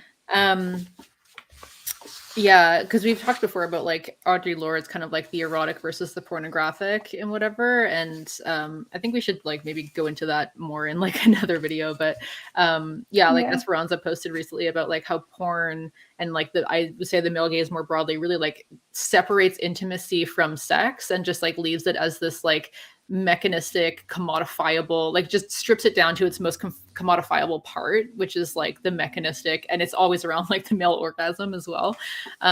So yeah, I think it might be a good time to talk about like the effects. There's one last thing I wanted to bring up, which kind of relates going into the effects or whatever, was like the way that sex is shown is also really detrimental. Like aside from the fact that like it's usually like very male gazy and like you know, we're not seeing the man and we're just like seeing the whole woman or whatever. It's also always shown in this way that like would not feel good for someone with a vagina, which like Kathrin, you were touching on before. And again, I want to shout out another stream that we did called Sex and Socialization. Actually, we can link these in the description box below, because in that stream, Sex and Socialization, we actually go through like the anatomy of the vagina and like different positions and like, you know, erogenous zones of the vagina and like what like typically feels good and what doesn't or whatever, so people can like dig into that if they're interested. But yeah, like so often we're seeing sex scenes that like would not feel good for a person with a vagina, are highly performative, and then like end around the male orgasm, which is extremely detrimental, especially for young people who like don't have a lot of experience and like this is what they're seeing sex is. And I wanted to bring up a example, the House of Gucci, which I watched recently, and like this was not a male gazing movie. Like, you know, I didn't find it overly sexualizing like the women or whatever, but like the sex scene that they have is actually so ridiculous. Like, and it's very emblematic of like how these sex scenes usually go. It's like extremely fast. It's like, oh my God, like heat of the moment. We got to do this now. There's absolutely no foreplay. Like the man is just like shoving it in, like with nothing. Like you haven't touched her. You haven't like done anything. Like there's no foreplay. You're just like ramming it in. They're like on a desk together. And then like he's just like ramming up like this, like really like hard and fast and jolting, and she's like that, and she's screaming, and I'm like, okay, A, that would be painful. B, like you're not doing like the wave, so you're not like you're like there's no way you're stimulating her G-spot. There's no way that you're stimulating her clit. So I don't know why she's screaming. She might be in pain. Like it's like it. But well, then framed, what's the difference, really? Right? What's the difference? Yeah. And it's over in like 20 seconds. And I'm like, there's no way she came, but she's like screaming like she did, right? And I'm like, are you fucking kidding me? Like, are we still doing this? Like, are we still in the year of our Lord 2022 showing sex scenes that are so outlandishly like would never feel good for a vagina and framing it as like, this is really hot, you know? And it's like, when I was younger and I didn't know any better, because like, where do you get education around this? Like, yeah, like movies, film, porn, all of that like feels terrible for a vagina mostly, right? And so like you're out there and you're like emulating this like painful, awful sex, and you're feeling like you need to perform. And like, you know, you're wondering like, is there like, what's the big deal? Like, why do people love, like, what's the big, all the fuss around sex? Like, it feels like literally friction, right? And then like, you know, you become more experienced, you learn about your, you know, you learn about your anatomy, and you realize like, there's a reason that it feels like friction, because like, you're not actually stimulating any of like the spots that you're supposed to be stimulating or whatever. And it's just like, I don't know. I just find it so terrible that we're still doing this. Like, it's still so male gazy to the point that like we're teaching people to emulate this like painful, ridiculous, like unenjoyable sex that's completely framed around like male pleasure. And all I think during those scenes is UTI. Like, oh my God, yeah. many scenes in movies, I'm like, that just gives you a UTI every time. Yeah. Yeah, no. Yeah, I'm like, good fucking luck. And there's never any protection. I know this is kind of tangential, but like, I'm always still just shocked at how many things I watch where no one is ever using protection or talking about STIs or consent. And it's like, I get it. I know that stuff isn't thought of as sexy, but like, hello, we're 2022. Like, I believe at this point, we know, you know, and not to preach to people, do what you want with your bodies, but like, it just, that's the kind of thing, it does affect how you feel when you go to sleep with someone. Yes. And then it's seen as like, that's, I think we talked about this before, but that scene in New Girl where she was basically making fun of sleeping with that guy who like wanted to have consent at every step of what they were doing. And it's like, it's just always portrayed as this horrible, dry, boner killer kind of thing to use protection or to have consent. And it's like, it's not at all. It doesn't have to be. And that can be part of your foreplay. It's talking about that stuff, but that only happens if you're like taking your time. And yeah, I've slept with guys who just, you know, expect me to get off in like 3 seconds. And I'm like, And the irony is I do come pretty quickly. Like, I'm really not very hard to please, but I need more than 3 fucking seconds of you, like, just like not even blasting like that. Yeah, exactly. Giving me a UTI to get there. And then I think what's really dangerous about the whole thing, something that's occurred to me in like several of these examples we've been talking about, is just how much it impacts the male ego. And for people who date cis men, you know that a man with a bruised ego is dangerous in some respect. Like, you know, to fear that. And so for me to bruise my partner's ego simply by saying, like, that didn't really work for me, or I might need to do something different, that's pretty fucked up. And it's a subtle thing. It's kind of a nuanced thing, but I found that's where a lot of my sexual trauma comes from, is having internalized that I'm not happy, I'm not having a good experience around sex, or maybe I just don't want to have sex right now. But if I say that, my partner is going to take it personally and get hurt, and I don't want him to be upset, either because I'm afraid of him, or because he's going to pout and just, you know, have his ego bruised. And I don't want to, obviously I care about this person, I don't want to hurt them.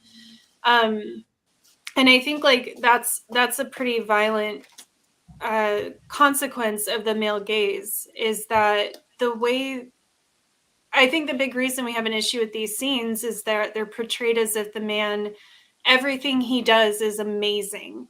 I have dated people who've genuinely asked me if I've like orgasmed putting in a tampon, and I'm like, that's not how that works. You know, and it's this perpetuation of, it's not just like, oh, bodies are different and sex is different for everyone and people need things. It's I have failed as a man because my dick isn't just making this person like come the second I put it in them. And it's annoying. That's a problem, but it's dangerous. It leads to a lot of sexual violence in many different ways. And that's what I think we wanted to talk about this today, because it is a perpetuation of a lot of violence and a lot of, I think, nuanced interpersonal violence that happens in relationships and in sexual situations with cis men. Yeah. Where your body's there basically to like validate them and their prowess. And if you're not doing that, they don't handle it well. You know, and you learn that very young. You learn that from a very young age, that it's you learn to perform it. Yeah. You learn to perform it for their benefit. Exactly. And your benefit. Exactly. And that's why too, like, you know, if you have a lesbian scene or a threesome scene with 2 women from the male gaze, like, again, it's just, you know, you can watch that as a person with a vagina or a lesbian and be like, that's not how that works. You know, like, that's not what we do. But it just perpetuates this idea of like, I wanted to say too, I think it colonizes even our idea of what queer sex looks like. I mentioned this before, but I have a lot of gay male friends who don't like anal, or it's something they only like to do once in a while. And even that has just been kind of perpetuated as like what everyone does, because gay male porn is still shot from like a male gaze. And then the way that gayness is represented in media is always fixated on this one sex act, when there's like a whole world of things that you can do with one another. So it's just, it's colonizing our bedrooms basically, and making it anywhere from uncomfortable to unsafe for us to assert our individuality in those situations. And then our sexual liberation from these like oppressive situations is just about us gaining control over our own objectification, but it's still inherently about objectification, like OnlyFans, for example, supposedly being empowering, but it's still like feeding into the male gaze. Or like with body positivity, like a lot of the vast majority of the images is still people posing in hypersexualized ways for the consumption of other people, and like looking at the camera in a way that Les in the viewer, and still like emphasizing like certain body parts, sexualizing their breasts and things like that. So even when we're taught to like liberate ourselves, it's often just feeding into the same objectification, sexualization, and male gaze. Mm-hmm. I think it also like really disconnects us from our own gaze, and I think that's like something that really fucked me up like growing up, because it really just like not only like it disconnects you from your body, because like, you know, I've had so many sexual experiences when I was younger where like I was not in my body, like I was like a third person like watching to make sure that like I looked good for this person. Like my whole idea of me enjoying this was like me being sexually desired by this other person. And then when you're not in your body like that, of course you're not going to like know what feels good. You're not going to know, like, you're just going to be purely performing and like not really even listening to like your own cues of like what you want, what you don't want. And it's really damaging. I actually wanted to read this. It was posted by a couple of people, and I just thought it was like really true. And I think that this is definitely something that the male gaze really makes us internalize. So it's women aren't embracing their sexualities. They're embracing being sexualized. They're internalizing categories made by men and deriving pleasure from the thought of giving men pleasure and of being attractive in the third person, and convincing themselves that this is the same thing as genuinely feeling sexual pleasure and agency. Women are being taught to derive sexual pleasure from being found attractive or appealing in some way, whether by how they dress or what sex acts they perform for men. They are being encouraged not to think about what sex acts that they find most pleasurable or what about male bodies that they like best, but to value how men value them sexually. Here is an aspect of pseudo-female power. Like, they are the only ones capable of driving this man crazy with want. They are the only ones capable of handling this man with all his intensity. They are the only ones capable of satiating his lust, and they are the only ones capable of driving men to their knees. Women are groomed not to desire, but to eroticize being desired. And that just like rings so fucking true for me. And like, you know, not only does it lead you into these like sexual situations that like can be downright traumatic, first of all, because like, you know, you're also like with these men that like, and we did a whole episode on this too, like just watch all of our episodes, but yeah, on like bad sex versus sexual assault, where like you're consenting to something or whatever, but then like you're in the situation and like something clicks and like you become object, you know, like you become like you like that person is not there with you either. Like they're picturing porn in their head, or they're picturing like they're not there. Like you are an object now that they are doing sex to, or Nick, in a voice that you described it as like doing sex on the person, you know? Yeah. Like not with them. Like you're not with me, you're doing sex to me. And I think that the male gaze perpetuates this idea that sex is something that happens to women, or it's something that women do for men. It's not like a consensual mutual experience that like both parties are entering into, where both like want to be like leave that feeling satisfied and good and happy and like safe and, you know, fine, right? And so like not only does it lead you into those kind of situations, but like for me, I mean, I've been really open about you know, my eating disorder that I had for like 10 years. And honestly, body dysmorphia is something that I will struggle with for my entire life. I mean, I'm definitely in a better place now, but all of that also can, like, that is like the number one reason that I now have chronic illness. I have I have an autoimmune disorder, you know, is because of like the actual damage that I did to my body over that extremely long period of time. And over that time, like I just completely ignored all of the cues that I was getting from my body as it was slowly breaking down, like all of the migraines I was having, the insomnia that I was developing, like the, you know, like all these like cues from my body that were telling me that like shit is breaking down here. And I refused to listen because like I was so like, I like my only value was in like my appearance and like how I was presenting myself to the male gaze, that like I just didn't want to hear it. Like I knew that the answer was probably that I needed to get help from this, but that would mean that my body would change and I could not handle that, you know? And so like I'm finally at a place now where like I'm a bit better, but I still deal with this like all the time. And like I know like so many of my women friends also deal with like extremely serious mental health issues around body dysmorphia, and like I just don't want people to like write that off as like, oh, that's nothing, you know? Because like I made my one video about this like a while ago, and people were just like, basically, again, like, well, why are you talking about this? Like, people are starving and like, oh no, you're being looked at, or like whatever, you know? And I'm just like, yeah, it actually, like, it does affect your health. Like, it is actually a serious issue. And like, sure, it's not like the most serious, like, you know, whatever. But I'm like, who's to say what is that serious, you know? I don't know. I just found that like really fucked up. But yeah, like, it's been made worse, like, being on these platforms, because like I'll get like, I used to get way more comments about my appearance, like whether that be good or bad. It's a bit better now. But like, you know, back in the day, like, for example, somebody was commenting on my nose like repeatedly for some reason. And like, I'm a person with body dysmorphia. So like, after that happened, like, I could not look in the mirror without seeing my nose and thinking it was too big or whatever. Like, I became like completely obsessed with this. I looked into like getting rhinoplasty, and it was like $8,000. So I was like, all right, that's not happening.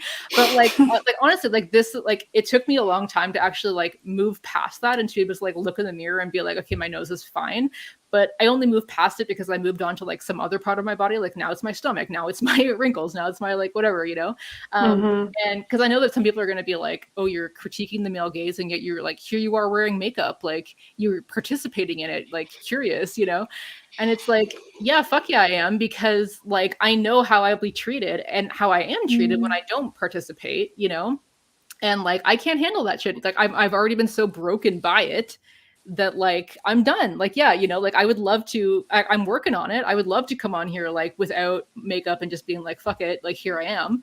But like, I'm not there yet, because like, yeah, like, it's really painful. I actually didn't even tell you guys this, but I got this like really weird email recently that was like, there was like a threatening undercurrent to it, but it was like, because it was sent to like my personal email. So it was kind of like, this person was showing me like, I know who you are. And there was nothing in the email. It was just like a subject line. And it was like, damn girl, like, you've really let yourself go. No wonder why you give so much about like body positivity lately or whatever, you know? And I'm like, wow, you really felt the need to like do this. You know what I mean? Like, yeah, like, it's just like so extreme, like being like online and like having all this stuff happen when you already have like a whole history of like body dysmorphia or whatever. But yeah, and I also told the story in the bad sex video about like people putting my photos on this Reddit thread of like women whose breasts apparently grew later in life or whatever. But I'm like, the before pictures were me when I had my eating disorder. So I was extremely thin. Like, obviously my breasts were smaller. And then recently was when I like my thyroid broke. And so I was back to like this, and like, obviously they look bigger or whatever. And someone pointed it out to me, and I was like, thank you for telling me. But also like, okay, so you're going to tell me because you know me, but like all these other women on this page are just like fair game to like gawk at and like comment on their breasts, like, and whether they grew or not. Like, like men are spending their time doing this, you know? Like, yeah, this is what's happening. So yeah, like, it's just a lot. So anyway, I just wanted to like get out in before everyone's like, oh, you're critiquing the male gaze and yet you're participating. Like, yeah, of course I'm participating. Like, it's like, you're treated like fucking ass if you don't participate. Right. Well, and I think it's definitely a perpetuation of the male gaze, or how the male gaze has trained us to assume that any person wearing makeup or dressed in a certain way is doing it to solicit attention. Yeah. And is open to any and all kinds of feedback. Yeah. That's I don't think people get that. Like it's the last time I lost a lot of weight, you know, I had literally every fucking person, like people I had literally never talked to before at my job, would like come by my desk and be like, what did you do? And it's like, why do you think my body, and you know, I would tell people like, I don't want to talk about this. I, you know, whatever has happened is none of your business, and I don't want to talk about it. And then they would get mad, like, well, you, like, why did you do it then? As if changes in my body are me giving everyone not just permission, but like soliciting everybody to talk to me.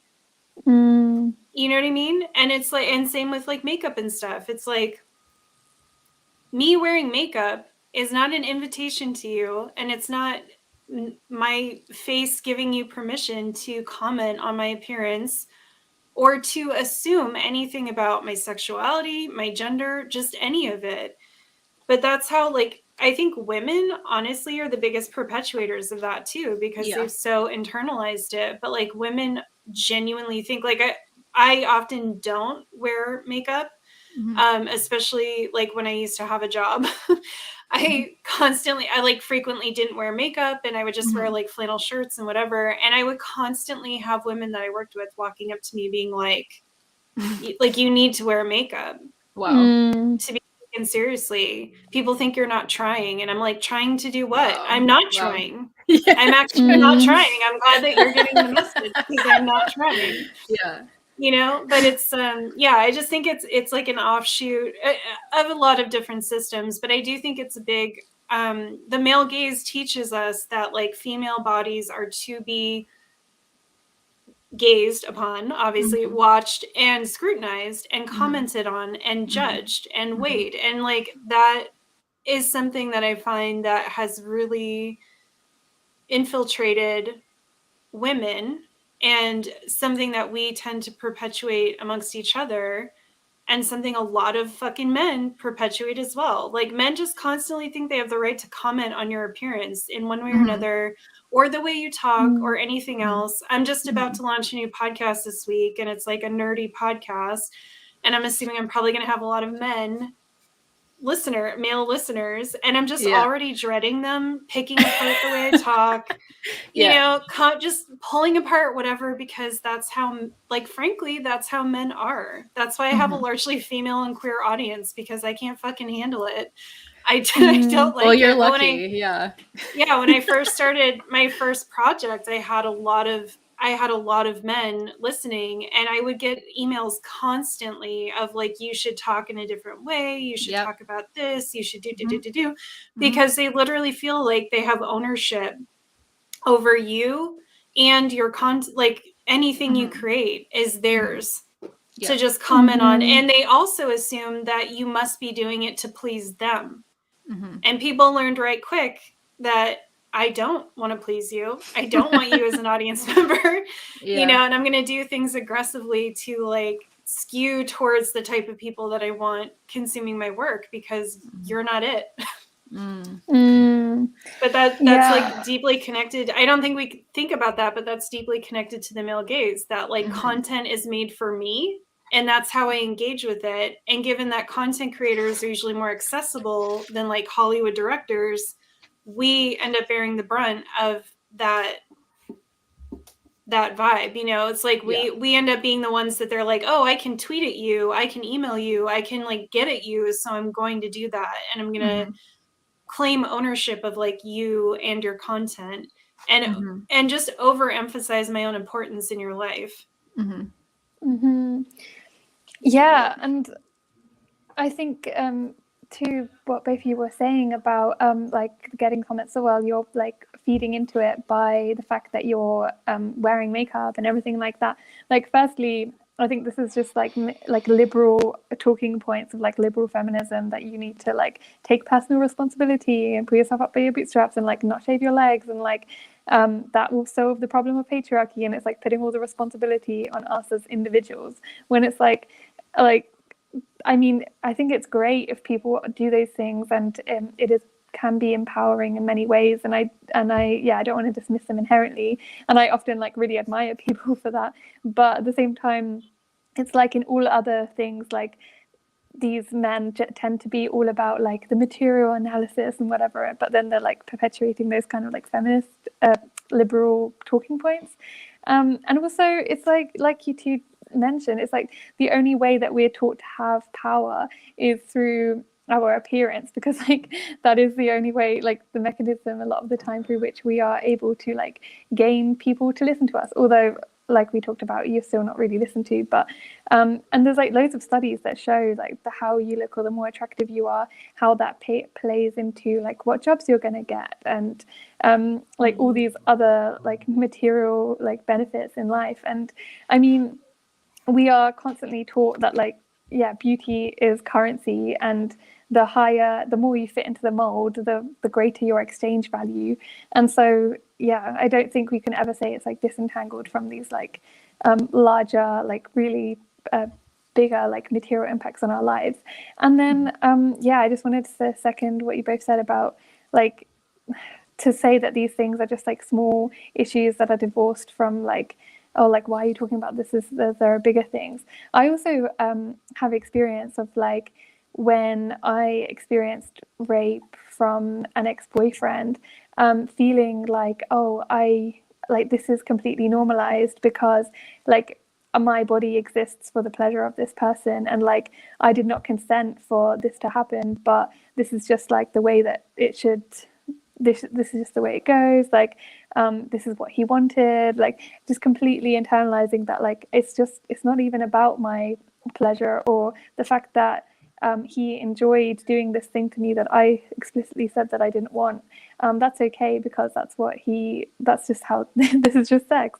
And so I think like the way in which it contributes to eating disorders, contributes to assault, like all of these things, it's just like really, really, really disturbing. And I just think it leads to this constant self-monitoring, this constant hyper-focus on our appearance, and like just the amount of like time of my life has been taken away from like the hyper-focus on like these things, and the amount of consumerism that often leads to because of like the products to try and purchase to like to fit more into the mold and like all of these things. And it's like a constant self-surveillance, constant like self-hatred a lot of the time. And I just think it's really sad. Mm-hmm. Yeah, and like you said, Nick, like it's a losing battle. Like time is coming for us all, so it would behoove us to actually just like unite and overthrow this oppressive system rather than clamoring for a better position within it. So just putting that out there. So that's basically all the notes I had. I do kind of want to end with a little outro, but yeah, do you guys have other things that you wanted to mention? I wanted Okay. Well, I just wanted to say quickly to the audience, a couple pieces of media were brought up as like, are these male gaze or how are these? So I took notes and I'll bring those up in my section when I talk about the female gaze and the queer gaze. And I'll include those in because I'm going to pull clips of movies and stuff. It'll be very visual and very fun. Just to show you don't have to be a man to be visual. So anyway, I just wanted to let the audience know, like, stay tuned for that one. And we'll talk about those movies and that, because I think it'll be really fun to actually spend a little time with them and talk about it. I guess I just wanted to mention that, going back to the Reddit thing, the amount of creep shots on Reddit and like all of these pages as well, which is basically pictures that are taken of women naked without their consent, and like it explicitly says that the whole point of a creep shot is that it's taken without their consent, or like when they're not knowing that they're having a photo taken. And also how normalized it was at uni with I was part of different sports teams, and like I would have these group chats, and they would have like take videos of like women they had sex with, like whilst they were having sex with them without them knowing, and then post it on the group chat. And I think this is just like the male gaze in action. It's like they're then actually like adopting, okay, how am I personally going to be the filmmaker? How am I personally going to be the photographer of this kind of objectification? And then sharing it on all of these like pages, I think is absolutely disgusting. And I also wanted to mention, I think we talked about this, I think Nicole, you've talked about this before, but how like this internalized male gaze can also with me trying to figure out my bisexuality, it's like impossible for me to like not completely sexualize women when I like think about them, and I can't find myself being attracted to women without this like complete objectification and the sexualization of them. And it's really frustrating me because I want to access a like wholesome like understanding of my sexuality and my attractions, but I'm just purely seeing them through this like sexualized lens. And I think like a lot of people struggle with that. That was Yeah. that was an early phase for me as well. I think it was like 6 to 12 months, something like that, where I could only see women in a very sexualized way and couldn't actually picture dating them. But it has passed, so there's hope.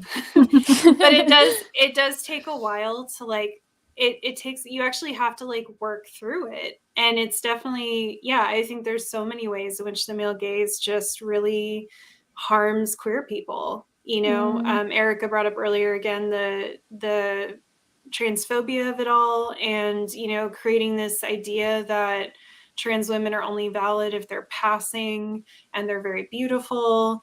A lot of people in the comments have been talking about being gay men and how like that they have body image issues and issues dating. I know one of my absolute best friends back home is a gay man and like has struggled with this as long, you know, we've been friends for a super long time. He's struggled with this as long as I've known him.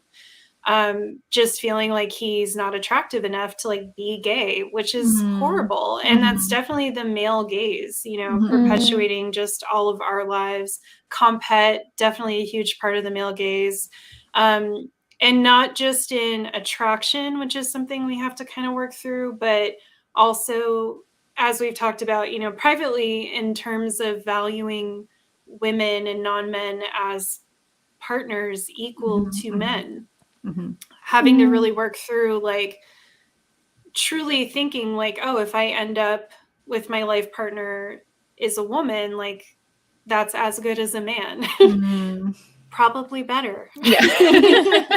You know, but it was like really hard for me to get there. It took years of me having to like really fucking dismantle this shit and work through it. And I'm someone who I don't think ever bought into the male gaze as much as, you know, other people that I've known.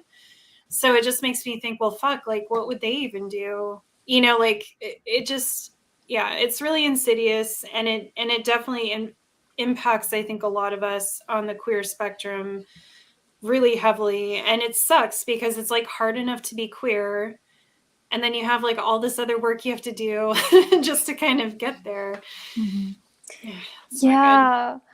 And I just wanted to reiterate the point you made at the beginning, Nicole, because I thought it was so brilliant that, yeah, like the male gaze, it's not just about the male gaze objectifying and being violent towards women. It's also about like the exploitation and violence and objectification of nature, and the exploitation and violence and objectification of animals. Like that gaze, like, is a gaze that is not just limited to women, it's limited to like literally like every element of our lives. Is like men are viewing through this objectifying like lens, an exploitative lens. Then like how is that, if that's the framework through which you're seeing your whole entire like everything in your life, like of course that's gonna lead to the environmental destruction, animal exploitation, and like the exploitation and objectification of people of color, etc.